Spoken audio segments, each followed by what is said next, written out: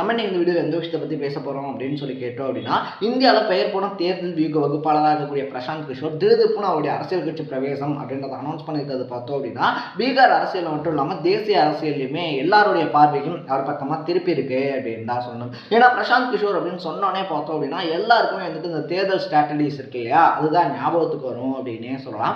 அந்த அளவுக்கு பார்த்தோம் அப்படின்னா அவர் எந்த டீமுக்காக ஒர்க் பண்ணுறாரோ அந்த டீம் தான் வந்துட்டு ஆட்சி கட்டில் போய் உட்காருவாங்க அப்படின்னு சொல்லக்கூடிய அளவுக்கு அந்த அளவுக்கு அவருடைய ஒர்க் அப்படின்றது இருக்கும் அப்படின்னு பேசப்பட்டுக்கிட்டு இருந்துச்சு அப்படின்னு தான் சொல்லணும். குறிப்பாக சொல்லணும் அப்படின்னா பாஜக இருந்தாலும் சரி, இல்லை திரிணாமுல் காங்கிரஸ் இருக்காங்க இல்லையா மேற்கு வங்கத்தில், அவங்களுக்காக இருந்தாலும் சரி, தமிழ்நாட்டில் 2021 எலெக்ஷன் டைமில் பார்த்தோம் அப்படின்னா டிஎம்கேக்காக அவங்க ஒர்க் பண்ணதாக இருந்தாலும் சரி, அந்த அளவுக்கு ஒர்க் பண்ணி ஆட்சி கட்டில் டிஎம்கே உட்கார வச்சதுல அவங்களுக்கு முக்கியமான பங்கு இருக்கு அப்படின்னு சொல்லலாம். ஸோ அப்படி ஒரு தேர்தல் வியூக வகுப்பாளராக பிரபலமான ஆளாக வளம் வந்துகிட்டு இருந்த பிரசாந்த் கிஷோர் பார்த்தோம் அப்படின்னா திடுதிப்புன்னு வந்துட்டு இனிமேல் நான் இந்த வேலை அப்படின்றத செய்ய மாட்டேன் அப்படின்னு சொல்லி அனௌன்ஸ் பண்ணியிருந்தாரு.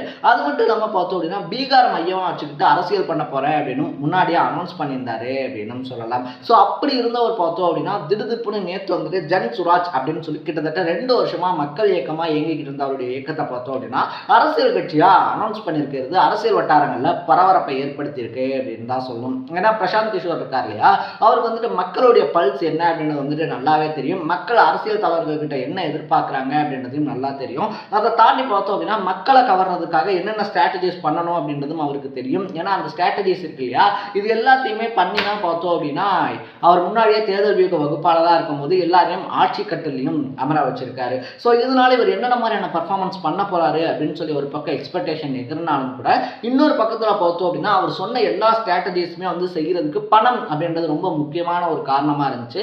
அரசியல் கட்சிகள் இவர் சொல்றதை அப்படியே அப்ளை பண்ணியிருக்காங்க அப்படின்னா அதுக்கு பல ஆயிரக்கணக்கான கோடி ரூபாய்கள் செலவு பண்ணப்பட்டிருக்கு. ஸோ அவர் கையில் ஸ்ட்ராட்டஜிஸ் தான் இருக்கும். அந்த ஸ்ட்ராட்டஜிஸை செயல்படுத்தக்கூடிய அளவுக்கு பணம் இல்லை. அதனால அவரால் பீகார் அரசியல் இருக்கு இல்லையா, அதில் எந்த விதமான பெரிய மாற்றத்தையும் கொண்டு வந்துட முடியாது அப்படின்னு சொல்லிட்டும் அரசியல் ஆர்வலர்கள், அரசியல் விமர்சகர்கள் இருப்பாங்க இல்லையா, அவங்க ஒரு பக்கம் கருத்து சொல்லிட்டும் இருக்காங்க அப்படின்னே சொல்லலாம். ஸோ ஜன் சுராஜ் அப்படின்னு சொல்லக்கூடிய மக்கள் இயக்கத்தின் மூலியமா கிட்டத்தட்ட 2 வருஷமா மக்களை மீட் பண்ணவர் பார்த்தோம்னா காந்தி கொள்கைகள் மேலேயும், காந்தி இருக்கார் இல்லையா அவர் மேலேயும் எக்கச்சக்கமான ஈடுபாடு அப்படின்றத வச்சிருந்த ஒருத்தர். அதனால பார்த்தோம் அப்படின்னா நேற்று காந்தியினுடைய பிறந்தநாள் அதுமா தன்னுடைய ஜன் சுராஜ் அப்படின்ற இயக்கத்தை, மக்கள் இயக்கத்தை அரசியல் கட்சியா பிரகடனப்படுத்தியிருக்காரு அப்படின்னு தான் சொல்லணும். ஸோ இது மட்டும் இல்லாமல் பார்த்தோம் அப்படின்னா லாஸ்ட் 2 இயர்ஸாக என்னோட வந்துட்டு டிராவல் பண்ணவங்க இருக்காங்க இல்லையா, அவங்க வந்துட்டு இந்த இயக்கத்துக்கு யார் தலைவர் அப்படின்றத கூடி முடிவு எடுப்பாங்க. இந்த கட்சியினுடைய நிறுவனராக இப்போதைக்கு நான் இருக்கேன் அப்படின்னு சொல்லியிருக்காரு. ஸோ ஆல்ரெடி பீகாரில் இப்போ அரசியல் நில கலவரம் என்ன அப்படின்னு சொல்லி பார்க்கும்போது பார்த்தோம் அப்படின்னா ஒரு பக்கத்தில் ராஷ்டிரிய ஜனதா தளம், இன்னொரு பக்கத்தில் பார்த்தோம் அப்படின்னா ஐக்கிய ஜனதா தளம்,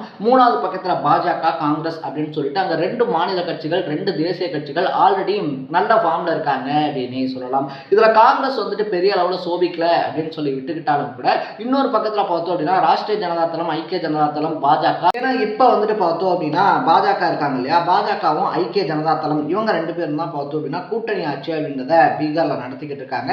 இப்படி ஒரு கிரிட்டிக்கலான சுச்சுவேஷன்ல வந்துட்டு நான் வந்துட்டு என்னுடைய கட்சி அப்படின்றத ஆரம்பிச்சிருக்கிறது மிக முக்கியமான காரணம் என்ன அப்படின்னு சொல்லி பார்த்தோம்னா பீகார் மக்கள் இருக்காங்க இல்லையா, நல்ல ஒரு மாற்றம் அப்படின்றத வந்துட்டு எக்ஸ்பெக்ட் பண்றாங்க.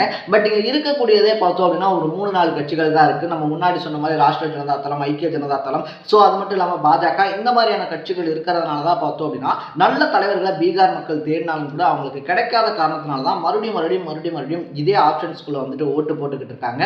கண்டிப்பா நான் பீகார் மக்களுக்கு பார்த்தோம் அப்படின்னா ஒரு நல்ல ஆப்ஷனா இருப்பேன். ஆப்ஷன் மீன்ஸ் பார்த்தோம் அப்படின்னா அவங்க எக்ஸ்பெக்ட் பண்ணக்கூடிய மாற்றம் இருக்கு இல்லையா, அந்த மாற்றத்தை ஏற்படுத்தி கொடுக்கக்கூடிய தலைவனா இருப்பேன் அப்படின்னு சொல்லிட்டு ஒரு உறுதிமொழி அப்படின்றதையும் கொடுத்திருக்காரு அப்படின்னு தான் சொன்னோம். இதுக்கு முன்னாடியே பார்த்தோம் அப்படின்னா நிதிஷ்குமாரோட ஐக்கிய ஜனதா தளம் இருக்கு இல்லையா, இந்த கட்சியில தான் பிரசாந்த் கிஷோர் உறுப்பினராகவும் இருந்தாரு அப்படின்னே சொல்லலாம். ஸோ அவர் வந்துட்டு உறுப்பினராக இருந்து நல்ல விதமாக செயல்பட்டுக்கிட்டு இருக்கும் போதே பார்த்தோம்னா மன சங்கட்டங்கள், அது மட்டும் இல்லாமல் கருத்து வேறுபாடுகள் இது எல்லாமே ஏற்படுது. இதனால ஒரு டைம்ல என்ன பண்றாரு அப்படின்னு சொல்லி பார்த்தோம்னா அந்த கட்சியில இருந்து வெளியே வராரு. வெளியே வந்ததுக்கு அப்புறமா தான் இந்த மக்கள் பயணம் அப்படின்றத தொடங்குறாரு. அப்படியே அந்த மக்கள் பயணம் அப்படின்றத தொடங்கி தான் பார்த்தோம் அப்படின்னா எல்லா விதமான மக்களையும் பீகாருக்குள்ள சந்திச்சுட்டு தன்னுடைய மக்கள் இயக்கத்தை அரசியல் கட்சியா அனௌன்ஸ் பண்ணியிருக்காரு அப்படின்னே சொல்லலாம். அதே நேரத்தில் அவ்வளோ ஈஸியாக பார்த்தோம் அப்படின்னா இந்த 4 கட்சிகளுமே, நம்ம முன்னாடி சொன்ன 4 கட்சிகள் இருக்கு இல்லையா, இந்த 4 கட்சிகளுமே பார்த்தோம் அப்படின்னா பிரசாந்த் கிஷோருடைய வருகை அப்படின்றத அவ்வளோ லேஸில் எடுத்துக்கல அப்படின்னு சொல்லலாம். ஏன்னா அவர்கிட்ட வந்துட்டு நம்ம முன்னாடி சொன்ன மாதிரி இந்த ஸ்ட்ராட்டஜிஸ் இருக்கு இல்லையா, அதை செயல்படுத்துறதுக்கான பணம் அப்படின்றது இல்லாமல் இருக்கலாம். பட் அந்த 3 கட்சிகள் வச்சிருக்கக்கூடிய செல்வாக்கை உடைக்கிறதுக்கான ஸ்ட்ராட்டஜிஸ் அப்படின்றது பிரசாந்த் கிஷோர் கிட்ட இருக்கு. அது மட்டும் இல்லாமல் நாடு முழுக்க பெயர் போன ஒருத்தர் வந்துட்டு பார்த்தோம் அப்படின்னா பீகார் மக்களுக்காக நான் அரசியல் பண்றேன் அப்படின்னு சொல்லிட்டு வரது மக்கள் கண்டிப்பா பிரசாந்த் கிஷோரை ஒரு மாற்றமா பார்ப்பாங்க அப்படின்னு எக்ஸ்பெக்ட் பண்ணப்படுது அப்படின்னு அப்படின்னே சொல்லலாம். ஏன்னா பிரசாந்த் கிஷோரை பொறுத்த வரைக்குமே பார்த்தோம் அப்படின்னா அவர் சொல்றது ஒன்று செய்யறது ஒன்று அப்படின்றதெல்லாம் இது வரைக்கும் இருந்தது கிடையாது. அவர் என்ன சொல்றாரோ அதை நடத்தி காட்டக்கூடிய வல்லமை, அதை நடத்தி காட்டக்கூடிய டேலண்ட் இருக்கு இல்லையா, அது பிரசாந்த் கிஷோருக்கு இருக்கு அப்படின்னு சொல்லப்படுது. ஸோ இது மட்டும் இல்லாமல் நேற்று தன்னுடைய கட்சி இருக்கு இல்லையா, அதை பிரகடனப்படுத்துற உடனே பார்த்தோம் அப்படின்னா தமிழ்நாடு அது மட்டும் இல்லாமல் மற்ற மாநிலங்களை சீன்ற மாதிரியும் ஒரு சில வார்த்தைகள் அப்படின்றத பேசியிருக்காரு. அந்த கட்சியினுடைய தொடக்க விழா இருக்கு இல்லையா, அதில் பேசின பிரசாந்த் கிஷோர் பார்த்தோம் அப்படின்னா நம்ம வந்துட்டு பீகாரி அப்படின்னு சொல்றதை வந்துட்டு எந்த விதத்திலையுமே நம்ம அவமானமாக வந்துட்டு நினைக்கவே கூடாது.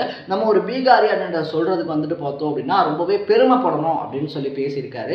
அது மட்டும் இல்லாமல் பார்த்தோம் அப்படின்னா பீகார் மக்கள் இருக்காங்க இல்லையா, அவங்களுடைய வலிமை என்ன அப்படின்றத வந்துட்டு மேற்கு வங்கத்தில் தாக்கப்பட்ட பீகார் மாணவர்கள் இருக்காங்க இல்லையா, அவங்களுக்கு போய் சேர்ற வரைக்கும், மேற்கு வங்க கவர்மெண்ட்டுக்கு போய் சேர்ற வரைக்கும் நம்ம காட்டணும். அதே மாதிரி பார்த்தோம் அப்படின்னா தமிழ்நாடு மாதிரியான ஒரு சில மாநிலங்கள் வந்துட்டு பீகாரி தொழிலாளர்கள் இருக்காங்க இல்லையா, அவங்களும் வந்துட்டு தொடர்ந்து தாக்கப்பட்டுக்கிட்டு இருக்காங்க. ஸோ அதுக்கு வந்துட்டு முட்டுக்கட்டை போடுற மாதிரியும் பல விஷயங்கள் அப்படின்றத நம்ம பண்ண வேண்டி இருக்கு அப்படின்னு பேசியிருக்காரு.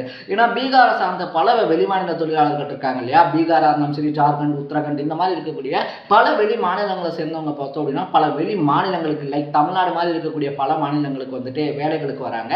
அப்படி வேலைகளுக்கு வரக்கூடிய இடங்கள்ல பார்த்தோம்னா அவங்களுக்குள்ளேயே சண்டை சச்சரவு வருது. அதை தாண்டி பார்த்தோம் அப்படின்னா இங்க இருக்கக்கூடிய மாநில தொழிலாளர்கள் இருப்பாங்க இல்லையா, இப்ப தமிழ்நாடு அப்படின்னா தமிழ்நாடு தொழிலாளர்களோட சண்டை போடுறது, இல்லை கேரளா, ஆந்திரா இந்த மாதிரி வந்துட்டு பார்த்தோம் அப்படின்னா ஒரு சில சண்டைகள் அப்படின்றது அப்பப்போ வந்துகிட்டே தான் இருக்கு. ரீசெண்ட் டைம்ஸ்ல ஒரு 6 மாசத்துக்கு முன்னாடி பார்த்தோம் அப்படின்னா திருப்பூர்ல வந்துட்டு பீகார் தொழிலாளர்கள் இருக்காங்க இல்லையா, அவங்க தாக்கப்படுற மாதிரி ஒரு வீடியோ அப்படின்றது கூட ட்ரெண்ட் ஆச்சு.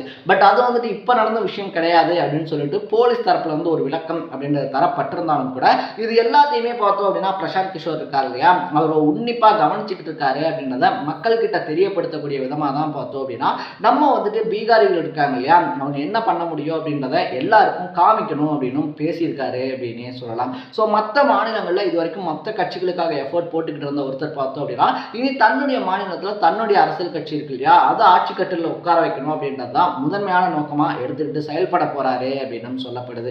அதே நேரத்தில் பார்த்தோம் அப்படின்னா நிதிஷ்குமார், லல்லு பிரசாந்த் யாதவ் இவங்க எல்லாம் இருக்காங்க இல்லையா, அவங்க எல்லாம் அவ்வளோ சீக்கிரத்தில் வந்துட்டு பிரசாந்த் கிஷோரை வளர விட்டுருவாங்களா அப்படின்னு சொல்லி கேட்டோம்னா கண்டிப்பாக கிடையாது.